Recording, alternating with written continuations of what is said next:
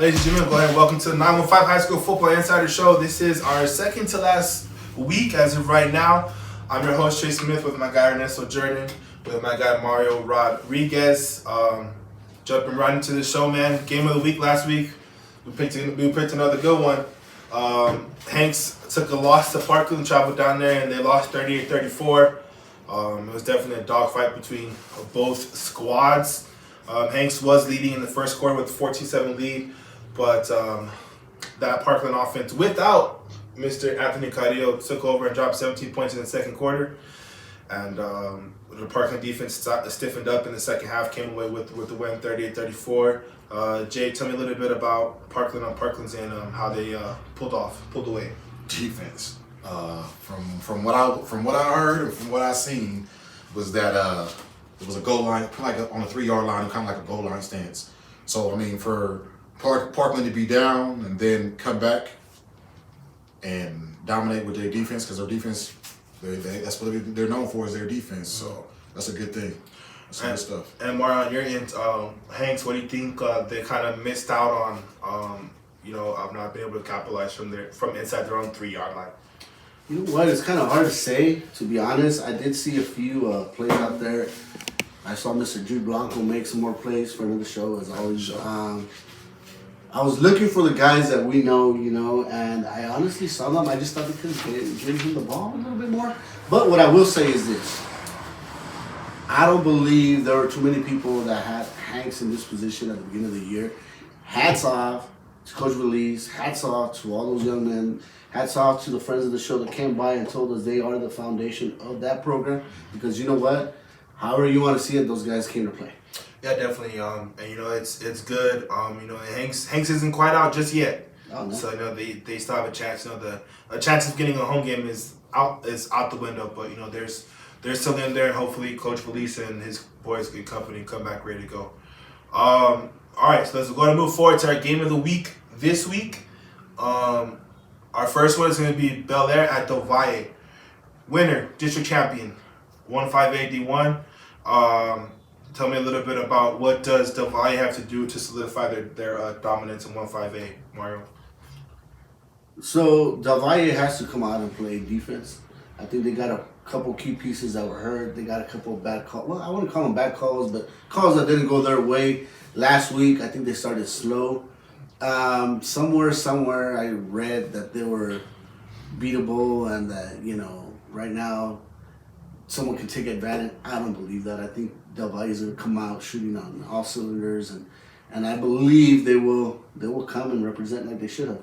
Yeah, definitely. And then on Bel Air's end, what do they have to do to be able to jump on Del Valle early on their senior night as well? What are they going to have to do to be able to come away with the district championship, Jay? They got to slow that offense down. I mean, let's be honest. I get it. Fetty, he is the guy right now at Del Valle. He is the guy. And you have Bananas, this Estrada. You have Dylan. You have Nunez. You have all these. You have nothing but athletes out there. If Bel Air slows down that offense, I think it's gonna be a game. I think it'll be a game because I think defensively for Del Valle, losing your safety and / running back, I mean, hurting like Manny being gone for this. Like I don't know if he's gone for the season or just gone for a couple games to playoffs. But not having him in the game is going to be crucial. So I mean, when we seen that when they played, who they played last week? East Leda. So and I know everybody said it was a lot of mistakes on Del Valle part when they played East Leda, but at the same time, I mean, Del Valle's defense is tough. So I think that's going to be a great matchup too, seeing their offense or Bel Air's offense against Del Valle's defense. So. Yeah, I was saying if DV comes out and they start slow like they did against East Leda, they're gonna find themselves down by 2-3 scores quick. Because Bel Air, they don't just have Chris Davis. No. You got Mark, you got Noah throwing the ball, Martinez, both of them receiver and running back. And that's the big thing too is how is Del Valle gonna cover all those athletes? I think up front is how they're gonna win the game. I think Matt Lopez is going to have a big game for them on their end. But hey, we'll find out. Senior night at the Valle, so this guy's gonna be playing with a little bit of extra juice behind him. One thing I want to add, and I think it plays a little bit into Del Valle's hand. I think even if they fall behind a little, Bel Air has that quick paced offense. They're scoring quick. That allows DV to have more possessions, which in turn leads you to, I guess, iron out the wrinkles. So if Bel Air does not score on these quick possessions, Bel Air might be looking at something very difficult to come back from, because what if DV is really awake and you're going fast paced but not scoring, DV scoring. So I don't know. I think it's going to be an interesting game. I think it's the right game for District, and I'm excited for that game. All right, let's make our picks. Mario, who you got? DV. Yeah, I got DV as well. We got a clean sweep. I think the game's not gonna be as close as people think it is. But hey, you never know. That's why they go out there and play the game. So last year's score was 66-7 Del Valle. Yeah, I went to that game and I left in at the end of the first quarter. One, it was cold, and two, it was a blowout. Everything was just a sprint out right, sprint out left, and the ball didn't touch Chris Davis's hands at all the whole first half. But anyways, moving forward, the battle for the last playoff spot at 158D1, Isleta travels down to Hanks for senior night. For Mr. Porras and for Mr. Blanco and company, you know they're gonna come out with a little bit of extra juice behind them. But Isleta is not no cakewalk. That big receiver they got over there. DeAndre Jackson. That dude's Call him DJ 2.0. DJ 2.0. That's That man's a man amongst men. Single-handedly beat Bel Air by himself. Was taking care of Del Valle by himself. But so it's definitely gonna be a fun match to see how Hanks is gonna guard him. And we'll see if he's gonna if Isleta matches up him against Mr. Blancos. That's gonna be a fun game to watch. He played defense too. He plays corner. Yeah. So either they may have him follow around, but like we said before, we don't know. But you know, I personally would have him follow around. You know, take away their best weapon and make someone else beat you. But hey, Isleta's in Mario. What do they gotta do to win? Isleta's got to stick to the game plan the way they have done all year. You know, they have a good balance in their football game. They got to come out with them white helmets. I really like the way those white helmets look. Clean. Yeah. But you know, DJ 2.0, that's the guy. That's the one they've been going to. Agent Zero. Listen, you throw it to him, you expect and you get what you get. You know what I mean? I believe Hanks is gonna have their hands full, but it can be done. I'm not familiar, to be completely honest, with the Hanks cornerbacks. I don't know how big of dogs they are. If you got one big dog, follow him, make it uneasy on Mr. DJ. Why? I'm a big believer in making things uncomfortable, something they're not used to seeing, because a lot of times people are scared of you and you're the bully in the dogfight, right? But when you get hit back, hey, it makes a big difference. So, Isleta, keep doing what you've been doing. You shall come out victorious.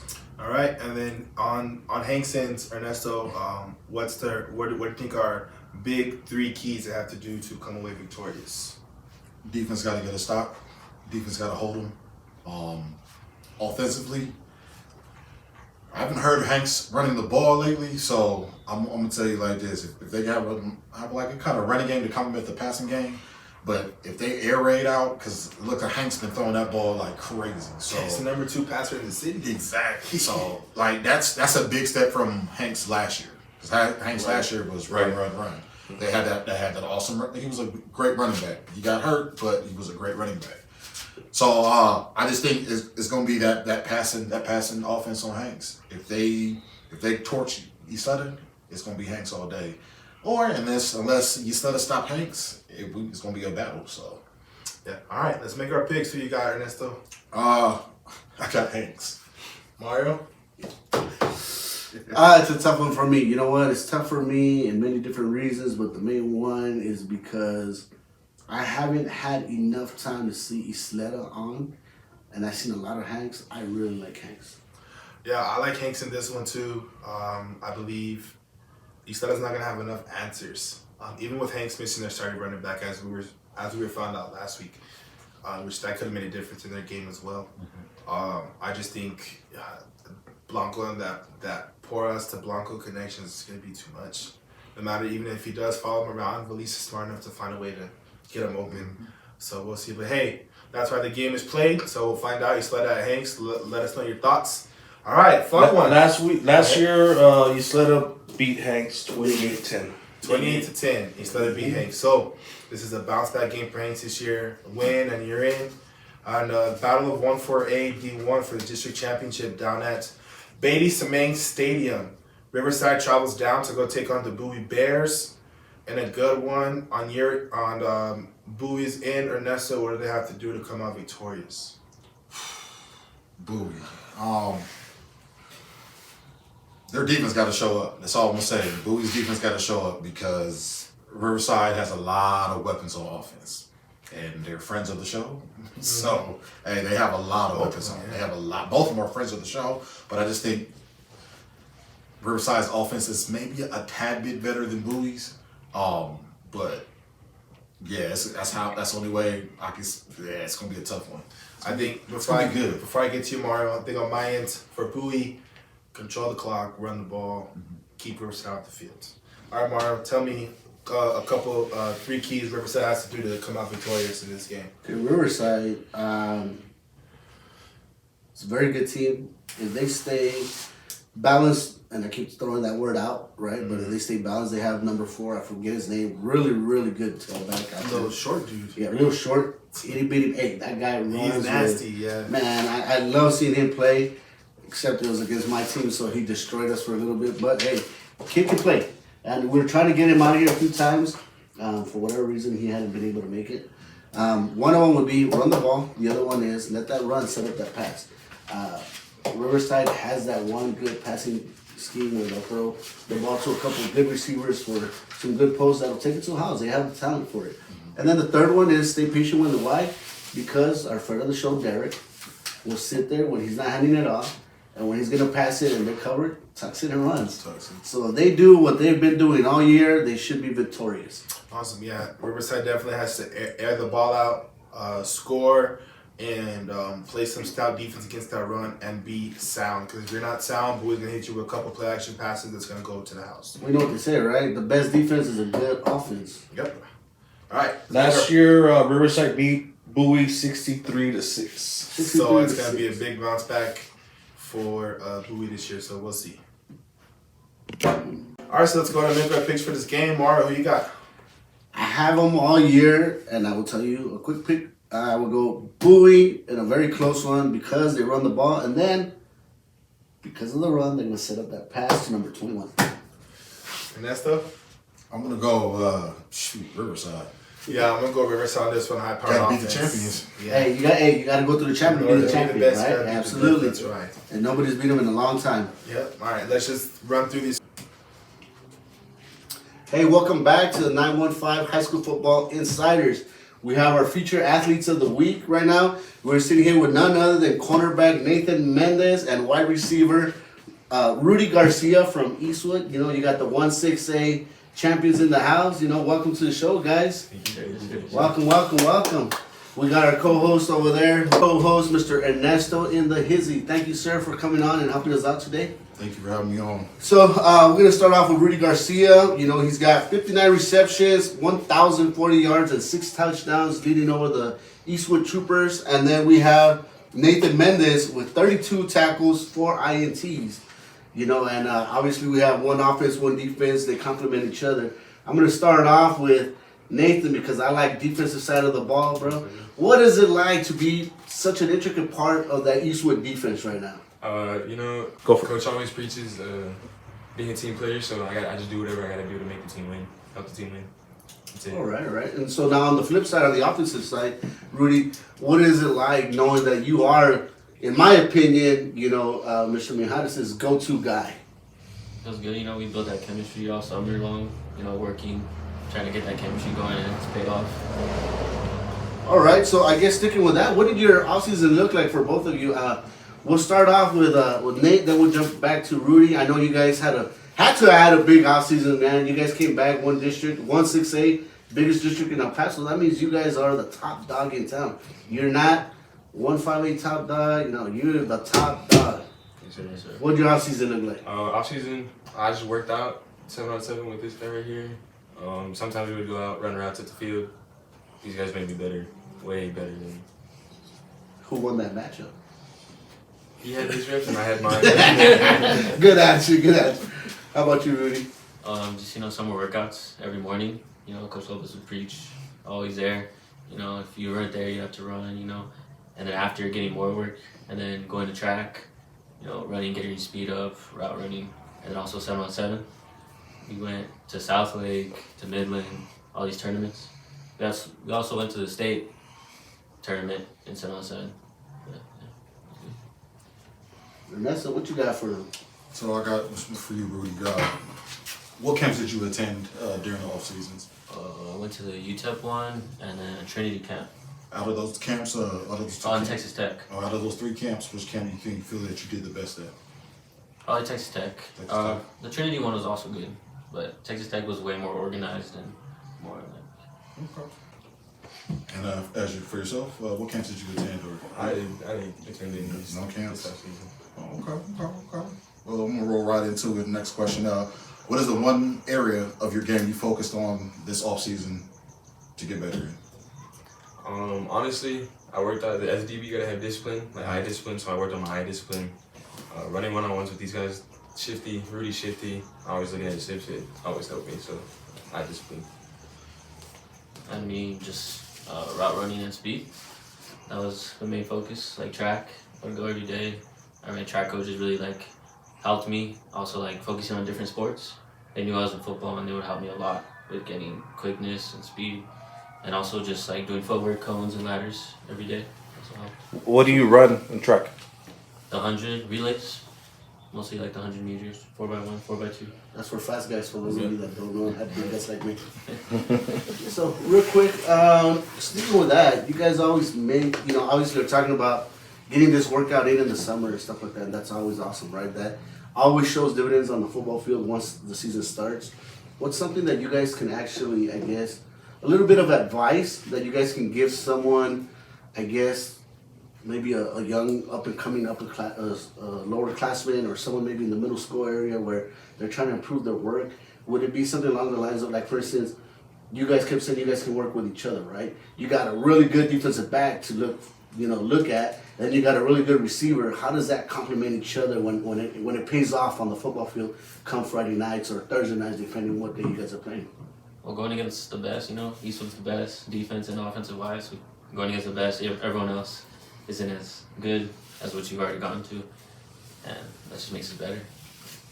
I mean, just like you said, going against the best makes you your best version of yourself. It makes you confident, makes you believe in yourself. You know what? I really like the confidence. As soon as you said going up against the best, Nate was like, "Yo, that's me." Yeah, you gotta enjoy that, right? And really what it is, it boils down to that's the truth. I think I'm a big preacher in the way you practice, the way you play. You guys are taking plays off, even if you're going against the best. Kind of defeats the purpose. But if you guys are going hard every single play, every single rep, it makes it that much better. What you got? However you guys want to answer it, but what are what are your individual goals for the season and one as a team goal as well? So your individual goals and your team goals. 2 individual goals I have. I was aiming for double-digit interceptions, but I don't know how that's looking now. And then You still got playoffs, bro. Make a deep run. I'm trying to. First round, second round, third round. And my other goal, I was aiming to get at least 40 tackles. I'm gonna make that happen in the next 2 games. So, and then the team one, win as much as we can. We want as many gold balls in our trophy cases as possible. Absolutely, Rudy. My individual goals, actually at the beginning of the season, I wrote them down, put them on the top of my ceiling, just every day, waking up, reminding me what I need to achieve. And it was 1,000 yards and 10 touchdowns. So I got one down, but I got another one to accomplish. You got the time for We it. got time. But a team goal to win districts, we did that. But also win by district, go to the Sweet 16, all this. I mean, it's been done in Eastwood. So we've done it each year and year. So I think we can do that. Absolutely. I think you guys have a great team. We don't have a representative of your line, but you guys know no line, no shine. Offense and defense, you guys got some studs up there, and I think it's proven dividends. One thing that we always bring up in the show You know, we're talking about it a little earlier, youth football, you know. Who's that one youth football coach that you individually can look back at and say, hey, this guy either said something to me, led me to the position I'm in, or made me fall in love with football, or just taught me so much that made me that much better? Someone you want to give a shout out to? We'll start off with Nate and then we'll come back with Rudy. I'm gonna have to shout out my youth football coach. His name is Coach Joe. Joe from where? What team? Oh, Swoosh. Swoosh. There you go. Coach Joe from Swoosh. He would always push me. We would have arguments. I was a hothead when I was little. Maybe still am. But it was just out of pure competitiveness. And he would always push me to be my best. And I think he's made me the man I am today. Hey, that works. Coach Joe, thank you. Rudy. I'll give a shout out to Coach Rico. He was for the Gators. For the Gators. So when I didn't make the middle school football team, I went back to flag, and he kept pushing me, telling me, you know, it's not over, keep working, you know, hard work's gonna pay off, and he kept pushing me every single day at practice. We got a junior Michael Jordan that didn't make the team. How the hell does he not make the team? Coach, shame on you, but hey, thank you, because you pushed him into the guy he is now, straight stud, and we appreciate it. You know, we always have a couple of fun questions. We'll let Ernesto lead with them, but Okay. So Rudy, what is your favorite go-to song before a game? I don't know, just something from Drake, you know, like From Time, or like Started From the Bottom, you know, something like that to get me hyped. Okay, some Drake. All right, and yourself? There's a certain song called Wickman by Nardo Wick. It tunes me in. I already know what you're talking about. go-to meal, guys, before the game. Go-to meal. What do you guys eat before the game to get you guys ready? Always have Panda Express. Always have We Panda hear that a lot. White rice. We Chicken hear and that white a rice? lot. Yeah. We The hear Panda that. Express, we hear that a lot. How about you, Nate? Subway. It's gotta be a 12-inch or nothing. 12-inch or nothing. Hey, there you go. Um, So one of the things we do ask is post-game meal after the win. The whole team goes to Whataburger. Oh, there you go. He says, hey, we don't go nowhere else. But what do you guys eat individually? Just get a regular burger, number one. You know, fries, maybe a brownie. Keep your weight down, you know. Get ready for next week. the number 13 chicken strips with gravy and ranch, large fry, and a sweet tea. Sweet tea, there you go. What else we got for him? There's one more question. What would you like to be remembered at Eastwood when your time is done? What would you like your classmates, your coaches, want to remember you as? Me personally, I would like to be remembered, I would say, as one of the greatest Eastwood DBs to ever go to that school. Okay. But I want to be remembered as an honest, kind kid who always had a good work ethic and always did whatever hurts me. That's good. Good stuff. Yeah, I'd like to be remembered as, you know, one of the top receivers for the school, and just like always hardworking, always there, always giving my all every game, every practice. That's what I want to be remembered as. You know, and I'm sure that'll come to fruition as time goes. You guys actually put in the work. You guys are great athletes, even better young men, you know. But one last question before I let you guys go, before we let you go. Favorite high school memory? It doesn't have to be football, but it can be football. It doesn't have to be this year, it could be any year. Favorite high school memory? I'm going to start off with Rudy because he looks like he's shaking his head like there's so many of them. He can't decide. Not getting that kiss behind the bleachers. I know. It wasn't behind the bleachers. Oh, it's from everybody. Probably, I think, my sophomore year, I was on JV, and it was against Parkland. And I blew right past the guy, you know, going for the touchdown. And I looked back, and I just throw the peace sign. And I just remember Coach Lopez just yelling at me and saying, "You never do that again. I will never see you do that again." And it just stuck in my head forever. I will never do that again. You know? You know what? That's beautiful. My high school coach did something similar. He said, "You can't talk. Do it like act like you've done it 1,000 times before." You know. So and it really reaps good in my heart. I know you're a great kid. I've seen you score and do it. I've seen you guys play multiple times, man, and you can tell you guys have that good character. Coach Lopez is doing an amazing job with you guys as well as your parents. Now, Nate, your turn. You had enough time to think about this. Not enough. Ooh. I think it was my sophomore year. We were doing summer workouts, and my old teammate Jacob Baron, we were doing bench press, and he wanted to max out at 225, and he thought I would be a good spotter at 120 pounds at the time. He popped it up off the bar, came down on his chest, stayed on his chest for like a good 3 minutes. And I did not get it off. I hope I was all right. I tell you, that sounds like a great memory, right? But guys, you know what? I love seeing you guys smile. I love having you guys on here. I know me and my co-partner here have enjoyed every last bit of having you guys on this show. You guys are welcome to always come back. We wish you guys nothing but the best. I know Ernesto has a few words for you. I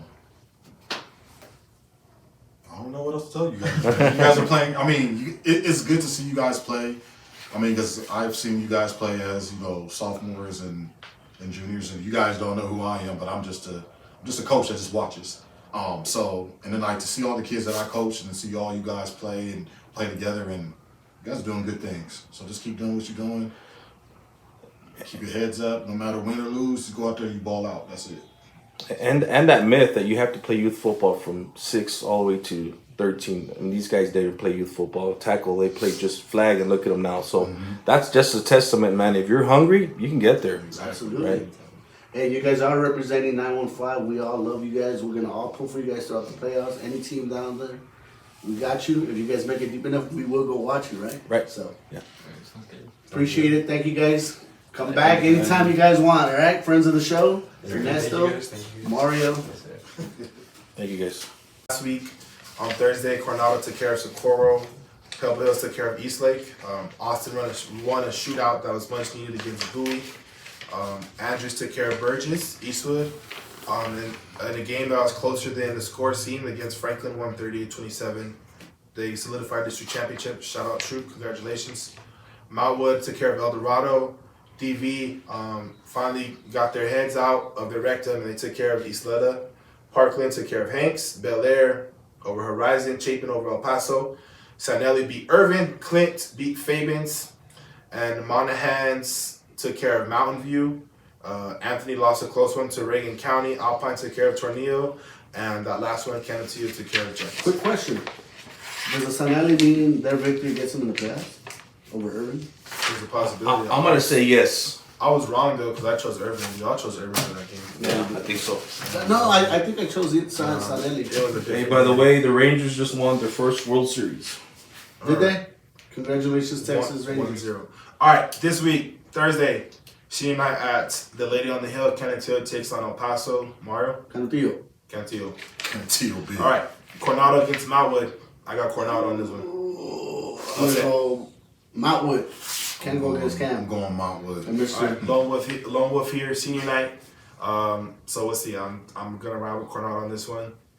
Hopefully they pull out for me. Eastwood against Eastlake. Wood. Eastwood. Eastwood. So yeah, it's a 4 p.m. game. So El Dorado takes on Franklin. I got Franklin on this one. Go ahead, guys. Just. I'm gonna go Franklin. I'm gonna be Lone Wolf. I'm gonna go El Dorado. Ooh. Wait, listen, gonna have a good listen. game. All right, man. Why His not? He's last good. couple games. Yeah, he's had been turning it up, yo. So it's the last game, But and I know for it's the seniors that's on El Dorado, and I know who he's playing for. I'm gonna go El Dorado. But does he have enough to beat that Franklin? Franklin gave Eastwood a good game last week. Yeah, they did. They stepped If it up on wasn't that for a defense. fumble, Franklin would have won that game. Possibly. My yes. opinion. Yes, possibly. Let me say. Yeah, I mean Eastwood. I mean, like I said, with Eastwood, I know Franklin played Eastwood last week. It's just when their defense wakes up, that's when they start playing good. That's when they dominate. Yeah. And they always do it in the fourth quarter in the most crucial time. Yeah. And I can't be mad about it. They win. Exactly. Right. Down at the Northeast at Coach's Stadium, we have Chapin against Andrews. I got Chapin on this one. Chapin, sorry. So this game right here is going to be a close one. I say that now just to say, I'm saying it's close, but I know for a fact Chapin is going to win. They're going to win. Hopefully, I want to say 60 plus, but I mean. So why you say it's gonna be a close game? Hopefully they run the ball. What's going on? Talk to me. Hopefully they throw the ball. So this is my thing. This is hold on. This is a Northeast. This is a battle. It's of a Northeast. rivalry, yeah. Rivalry It's a game. battle. Always Every close. Northeast team that Chapin plays, Parkland. I said it last Irvin, week. Rivalry It's games Irvin. are Oh no, always Irvin close. was a blowout. That yeah. was Of course. but Andrews, Chapin and Andrews, that's a true rival. Chapin should have won that game last year too. Yeah, they should have won it last year. And then I know Chapin is going to come up because they want to beat them. And I know this from 7-on-7. At Andrews Is it at Andrews? Oh yeah, they're running up the score. We about to get some recruits.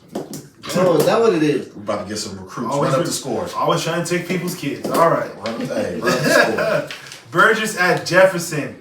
Jefferson gets their first district win of the year. I'm taking Jeff on this one. Is it can I say Burgess wins? Are they in the playoffs? Yeah. Yes, and they win. They're in the playoffs. You guys, if you win, We get a moral victory, man, and we don't get defeated. What do you mean? We're gonna do everything it takes. We don't have Brent here to laugh at you. So. Listen, man, this is all I can say. Brent laughs every time we say Jefferson. Listen, there's no such thing as a moral victory. You know what I mean? But if there's ever a victory that counted, this is the one that counts. All right. Well, I'm taking Jefferson on this one. this is the last game. Hopefully Jefferson wins. I'm taking Burgess. Look, I think Burgess is about to blow them out, but I'm still thinking. I think Burgess. Yeah, I think Burgess gonna win, and I know is that running back. The running back. Yeah, he gonna go off. He gonna go for like 300. I'm still picking 300. I'm still picking Jefferson to win though. I'm betting $1,000. All right. Oh man. They'll have 2+. I think 200+. We already talked about Riverside at Bowie. We already talked about Riverside at Bowie.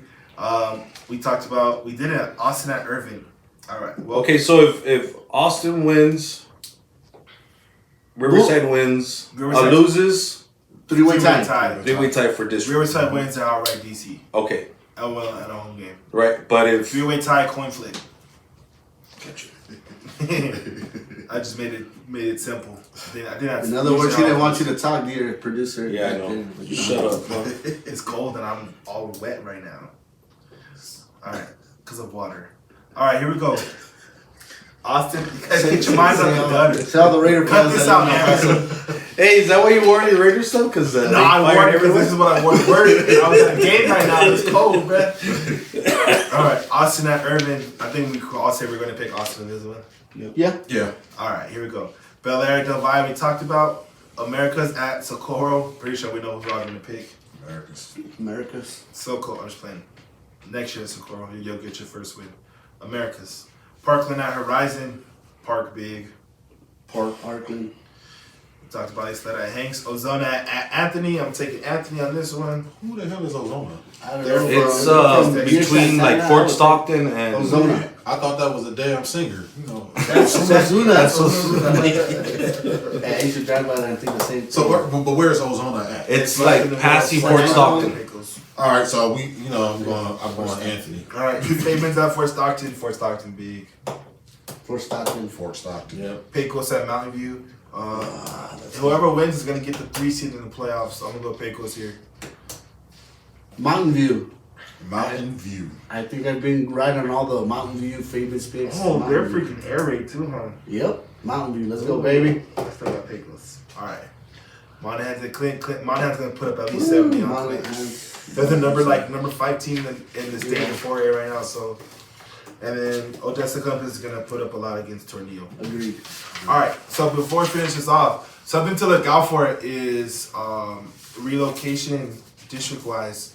I think maybe a couple schools that could be on the bubble. You're looking at maybe El Dorado, Coronado, 6A wise. There may be no more 5A, D1, D2. Maybe everybody may be together. From what I heard, or they may do like all Isleta together, all El Paso together. But we'll see. Should be interesting. But hey, Should be Week interesting. 10. One thing I will say, because I've been a part of it, per policy is what we should all follow, right? here you go. Go ahead. So if it's per policy, I'm shouting out to the El Paso Independent District. If it's per policy, you gotta drop Silva. You gotta drop him. Or drop Jefferson down a thing because of different stuff. Hey, listen. Hey, you're right. Hey, listen right here. 0-10. How many guys do they suit up? 22, 23 guys? Yeah, I'm just messing with you. Man, I'm just saying. You can I get got all someone the hurt. faith. I got all the faith in them because We one of do my too. favorite Hey, so players is over there. if you follow Mike Steep on Twitter, he'll give you some what he's calling snapshots of who's, Snapshots, yeah. and you'll see the The way they're enrollment. trying to for some move them, yeah. Yeah, some schools. And they're Not really all not of them. trying to do it with Jefferson. They're trying not to do it because of the numbers of Silva. But if I have a quick minute, I can tell you on a quick rundown. Silva doesn't pay UIL fees. So those UIL fees go to whoever the homeschool is that pays them. For instance, if your kid is from Pebble Hills and he goes to Silva, Pebble Hills picks up that tab, right? Because of that, those numbers should count. Those athletes should count number-wise towards their home school, which would be Pebble Hills, not towards Jefferson. I understand the way it looks because they go to Jefferson, but really it's only female sports, but it has to be all sports to be fair. You want to do it right, rewrite everything, make something happen, and redo the policy, whatever. Until then, until you fix the policy, you got to drop down Jefferson because they're not paying. So you telling me you can go to Jefferson, or you can go to school at Jefferson, but your home school is Pebble Hills, Yeah. and still play football for Pebble Hills? Or you That would be ideal. That would Okay. be the easiest fix, but you'd have to bust them back. Okay. They don't have the money to do that, so what Okay. they're gonna do is say, okay, let's keep Jefferson 1-5A Division 2, when they really should be 4A. These guys barely meet the criteria to get into 5A anyway. And it's the female sports. You go see them football teams, basketball teams, they only suit up 8-10 guys. You know, it's Yeah, I had a blind moment because I was thought you were saying that, hey, if you go, you can go to you go to No. Jefferson, and then but you can play at it. I was like, wait a minute. that would be the actual way to do it, but Okay. they don't have the money to Hey, shoot. why did you say blonde moment? Because Brent's not here? Or what? You Nah, know I it. said a Oh, blind we moment. finished the show in 15 minutes because Brent's not here. Talking. Hey, okay, real quick, man. Just a shout out to all the seniors, man. Shout out to all the Some guys seniors. are playing the last game. Shout out to our host, Trey Smith. His birthday was yesterday. There's someone behind you with a bucket of water. Get him.